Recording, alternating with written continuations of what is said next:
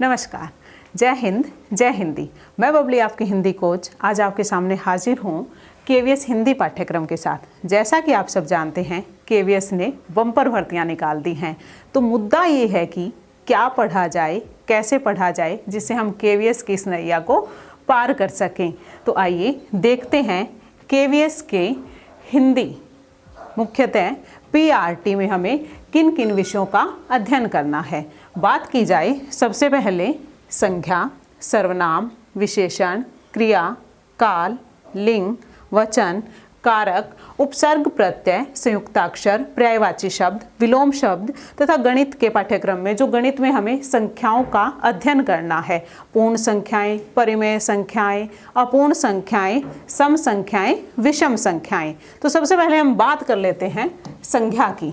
संज्ञा में प्रश्नकर्ता पूछ सकता है कि दिए गए शब्दों में से जातिवाचक संज्ञा शब्द कौन से हैं, दिए गए वाक्य में से व्यक्तिवाचक संज्ञा शब्द कौन सा है, या फिर कौन से ऐसे शब्द हैं, कौन कौन से ऐसे शब्द होंगे जिनको हम व्यक्तिवाचक होते हुए भी दिए गए शब्दों में से ऐसा कौन सा शब्द है जो व्यक्तिवाचक है लेकिन उसको हम जातिवाचक संज्ञा के रूप में भी प्रयोग कर सकते हैं। सर्वनाम में, विशेषण में हमें भेदों की जानकारी रखनी होगी कि दिया गया शब्द सर्वनाम का कौन सा भेद है, विशेषण का कौन सा भेद है, क्रिया के भेद, काल के भेद कि आसन भूतकाल पूछ लिया जाएगा या फिर संभाव्य भविष्यत्काल।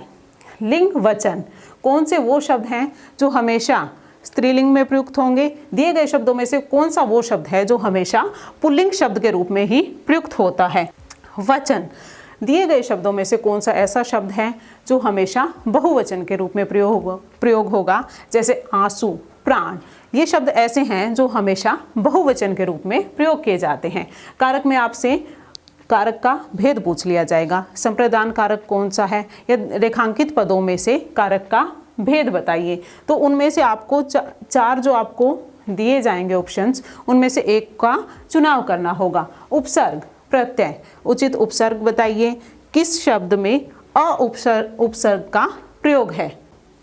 वान प्रत्यय का उचित, जिस शब्द में वान प्रत्यय का उचित प्रयोग है वो बताइए। वाला प्रत्यय का प्रयोग किस शब्द में किया गया है। संयुक्ताक्षर, पर्यायवाची शब्द, आपको शब्द दे दिए जाएंगे और पूछा जाएगा कि बेटा शब्द का उचित पर्यायवाची शब्द कौन सा है, तो आपको उनमें से एक का चुनाव करना होगा। विलोम शब्द, इसी प्रकार से हमें विलोम शब्द देखने होंगे। विलोम शब्द हमें थोड़े से उनका स्तर जो है वो मुश्किल रखा जाएगा, जो हम दिन प्रतिदिन में प्रयोग नहीं करते, वो विलोम शब्द हम देखेंगे।